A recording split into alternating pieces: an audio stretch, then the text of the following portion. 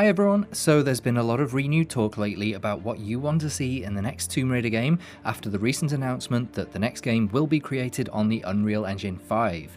And in that spirit, I want to make this video as a response to Seth McKenzie's recent video in which he asked, if you were in control of the Tomb Raider franchise, what would you do? So this isn't just about what you want to see in the next game, this is what would you do if you had complete control over everything? The games, the license, the franchise, everything. And it's a great question, so I've had a think. Some of you may end up being grateful that I'm not in control, but hey, this is my list, so feel free to make your own. With that said, let's dive in. Here's what I'd do if I was in control and money was no object.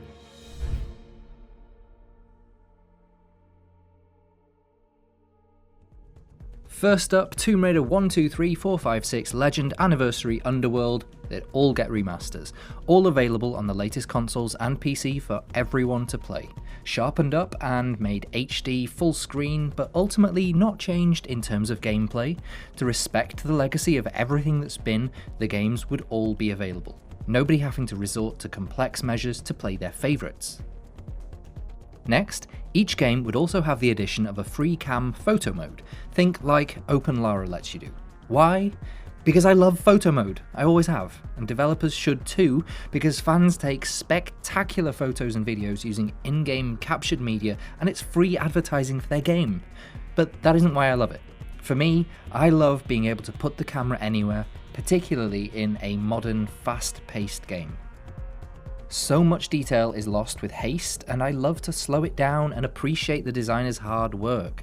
I want to see those vines, those flowers, those rusty pipes, skeletons, you name it, everything up close.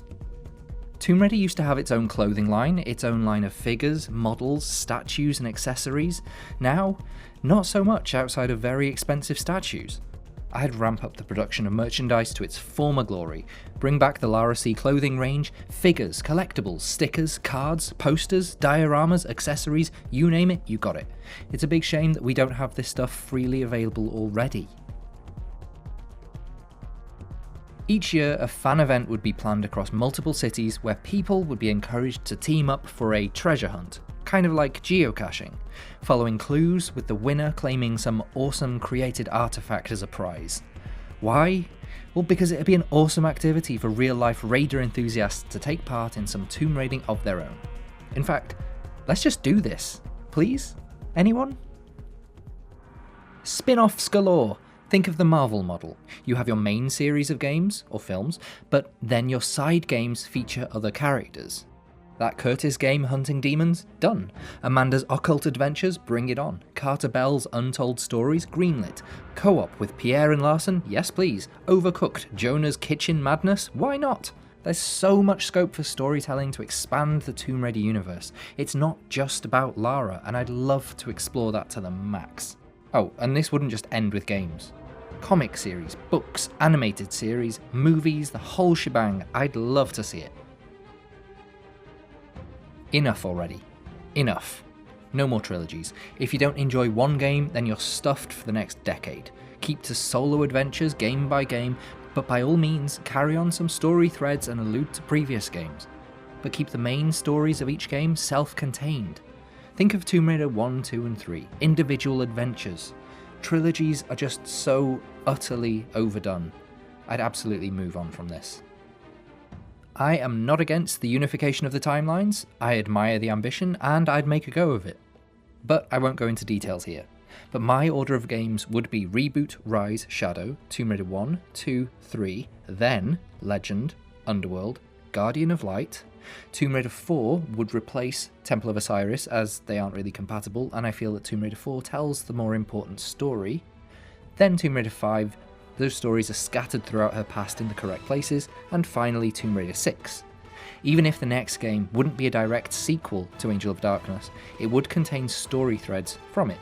For example, Curtis is rediscovered while Lara is on another adventure, or another quest, that sort of thing. Varied locations around the world would be a must, an absolute must. I don't really think I need to say much on this. I think majority of players agree on it, which is a rarity. Tombs, temples, jungles, caves, tombs, cities, ocean levels, tombs, snowy places, alternative, bizarre, surreal hell dimensions full of demons and eldritch horrors. Tombs, the works. Also, Croft Manor would come as a choice of 3. A remade classic manor, a shiny upscaled legend manor, or a fully explorable survivor manor, and it's up to the player to choose which they want, because they'd all be available. Lara Croft has a number of properties, so we'd include them all. I'd make overhaul fighting to tie into a more experienced character. Lara is tough as nails, cool as hell, she has flair and she knows it. I want her leaping around, shooting and screaming, mixing in some melee combat to knock the enemies into next week if they get too close. And I'm not really fussed by stealth in Tomb Raider. I'd want the combat to reflect Lara's confidence. She's hot shit and she knows she's already won. Speaking of which, confidence and sass, wit and humour, charm and danger. An experienced Lara, sure of herself and tired of people getting in her way. This is the sort of character I want Lara to have evolved into. And this works twofold. 1, a strong character is always awesome to play, and 2, it would take a lot to shake a character so sure of themselves and make them fear something.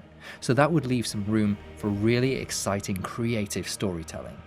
And speaking of storytelling, I'd have an experienced writer come up with an awesome, multi-layered plot with roots back in time. Angel of Darkness, Rise of the Tomb Raider, 2 entries I really felt went out of their way above and beyond on the mythology and scattered it throughout the game for players to find in a very natural way while exploring. Fill it with interesting characters, artifacts, subplot, locations, histories, timelines, secrets, mysteries, all tied up with an epic conclusion.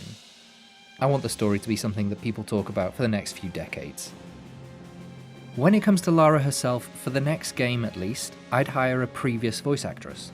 And going by my order of games, with Angel of Darkness being chronologically the previous game, and this is just my list, this is not official, I'd try and get Jonelle Elliott back on board for a sense of continuity within Lara's life. We can divide the forces against us if we split up. You need the 3rd shard, so you should go after that. I'll find the last painting and destroy it. And after that, I'd actually go for a different voice each game. I'd want each game to feel different, for a different voice actress to bring something different to Lara, a little change for each adventure to keep it fresh. I'd bring back focus on how the player interacts with Lara and how Lara interacts with the environment in a big way. No more invisible walls, no slow walking through scenes unless you make her walk. No more auto-grab. It's not a matter of difficulty or challenge, it's a matter of making us more immersed in the game. We press a button to make her jump, we press a button to make her grab hold. We let go, she lets go. I'd make that happen. I want to feel like the player and Lara are actually part of the game, that the game isn't automated or taking control away from the player. Finally, I'd want to challenge the players. By default, the game would feature far apart checkpoints and have a limited number of manual saves. Enough, but not a large amount. The gameplay would seem very unforgiving by today's common gaming practices, but nothing people who've been playing Tomb Raider for the last 25 years hadn't experienced before. Sudden death traps, dead ends, the necessity to actually explore and solve large-scale puzzles. I'd teeter on the edge of a Souls-style punishment system for death, with Lara losing something, some sort of skill points system, something that she would have to recollect if she wanted to keep it each time she died. But I know that's not for everyone. So an optional casual mode would feature warnings for traps, unlimited saves, and no punishment for deaths. Happy now? And that's it. That's my list. That's what I'd do if I were in control of the franchise. Not too much of a tyrant, was I hope? Anyway, let me know your thoughts in the comments, and in the spirit of Seth's video, I encourage and invite you to make your own video response telling us all what you would do if you were in control of Tomb Raider. Till next time, happy raiding.